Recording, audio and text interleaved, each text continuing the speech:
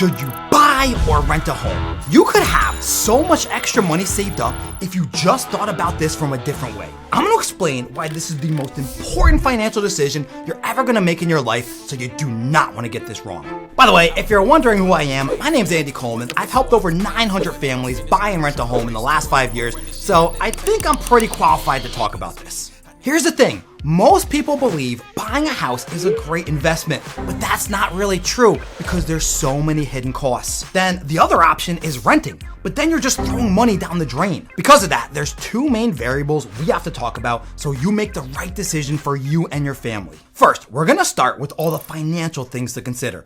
Then we're gonna move on to the psychological aspects because life's not all about money for some people. Now, it was for me, but maybe it's not for you. Okay, let's just jump right in. There are a crazy amount of hidden costs when you buy a house. If you think you're buying a $400,000 home, you usually think it's only $400,000, but there's so many expenses that you're never gonna get back. Actually, it's really similar to when you pay your rent every month because all that money is going to somebody else, except it's not a landlord that's taking your cash. So let's talk about the 5 main hidden costs when you buy a house that you probably didn't know about. The first is property taxes, which can be over $1,000 a month that you pay to the state that you live in. But when you rent, the landlord pays this, which is a big reason why rent increases every year because property taxes typically go up. So if you didn't know that, now you do. Second is real estate fees, which you need to pay when you buy a house. These are usually one-time fees like your closing costs, appraisals, assessments, blah, blah, blah.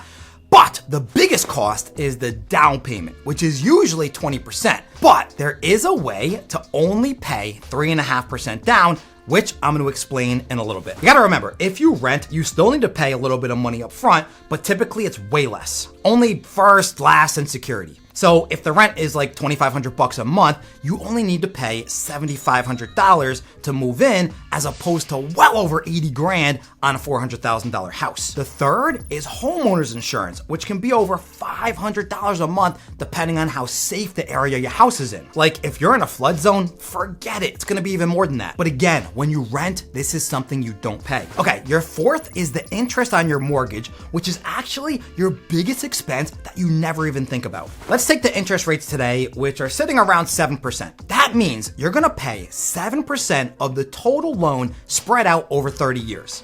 So let's say it's a $500,000 house. You're gonna end up paying another 500 grand just in interest, which doubles the price of your home. I bet you had no clue that was how that worked.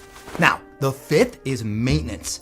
If you rent, you never have to worry about this, but when you own your own home, there's no landlord or property manager you can call to come fix things when they break. You have to do this on your own, and these costs can get outrageous. You should assume at least 1% of your home value will go towards maintenance every year. So if your house is $500,000, then you're gonna spend about $5,000 per year to fix all the things that break. Like if you need a new roof one year, that's a $30,000 cost just to replace the roof over your head. Whereas if you rent, the landlord will be paying that because then all you're gonna really pay is a security deposit, which you're gonna get back at the end of the lease anyways. Now, there are some miscellaneous costs like HOA fees and PMI, which is private mortgage insurance, but not everybody's gonna pay those. But if you do, that's basically an extra $500 a month. I bet before you heard all of these extra costs that you thought buying a house sounded like a better option than renting. But when you would take into account all these extra expenses, owning a house becomes a terrible investment because for all of these expenses, you don't get any money back from them, just like renting. Regardless how much your property appreciates in value, these costs are gonna add up so fast, they're gonna destroy your profits. Again, let's say you bought a house for $500,000. Yes, it might be worth $1 million in 15 years because homes do appreciate by 5% per year, but you're gonna have spent way more than that just to maintain the house. So you're really not making any money until you hit the break-even point. Also, if you rent, the hidden costs are so much easier to understand. You've got your monthly rent, let's say you pay $2,000 for a 2-bedroom apartment in New York. That's it. There's no extra cost, but you're not gonna also build any equity in the house either.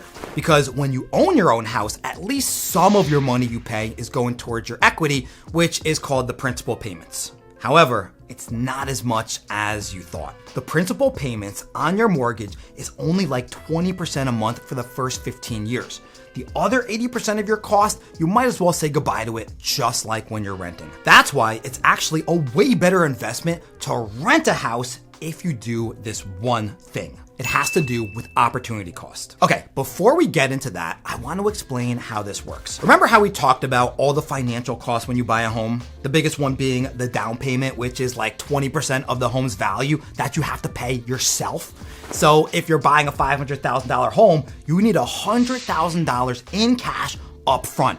That's the first one. The next is the mortgage interest, which is the money that you need to borrow from the bank to cover all the remaining costs, which is about 80% of the purchase price. In this example that we're doing, the remaining 80% of that $500,000 home is $400,000, which you're gonna pay back over time with interest. We talked about this before, but really it's simple math. Just take the 7% interest rate and multiply it by 30 years.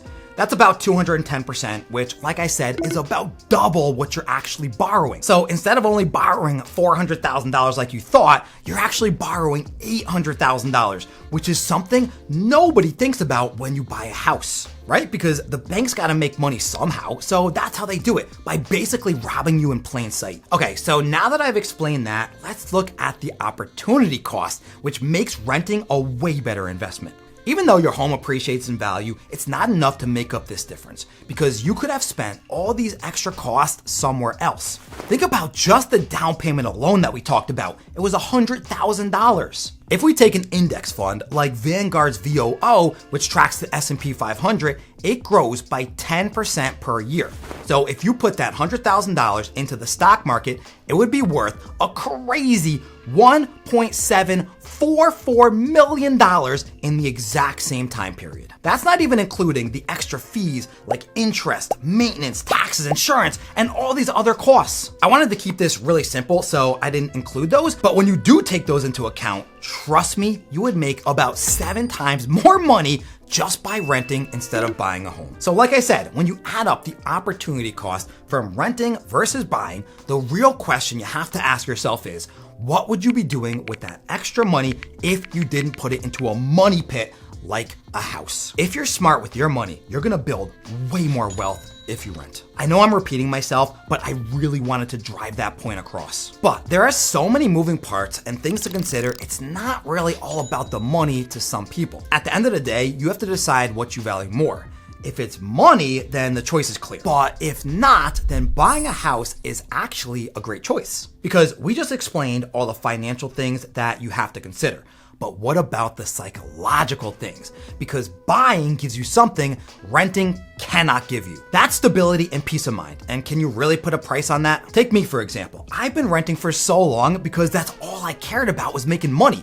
But as I get older, I realize there's more to life than just making millions of dollars. I wanna know that I can do whatever I want, whenever I want, in the place that I live in. When you own your own home, you don't have to ask for permission from your landlord to do anything. You can convert rooms, you could drill holes in walls, you can paint whatever you would like, you could throw a pool in the backyard, literally anything that you want because the house is yours. For a lot of people, the psychological benefit of owning a house outweighs the extra financial gains, especially if you have a family. I'm getting to the age where I want kids soon, so I want them to grow up in a house that they can call their own, so they can build memories. You can't do that when you're renting a house. Also, I don't want to have to move them into a new house every few years and then make them change schools. That is a nightmare because my parents did that until I was 10 years old. All they did was rent back when I was younger, and I remember how tough it was on everybody. But once they bought a house, things got so much better. On the other hand, renting does offer a huge amount of flexibility because you can move anywhere you want if you do want to be like a nomad, right? You can move to a bigger place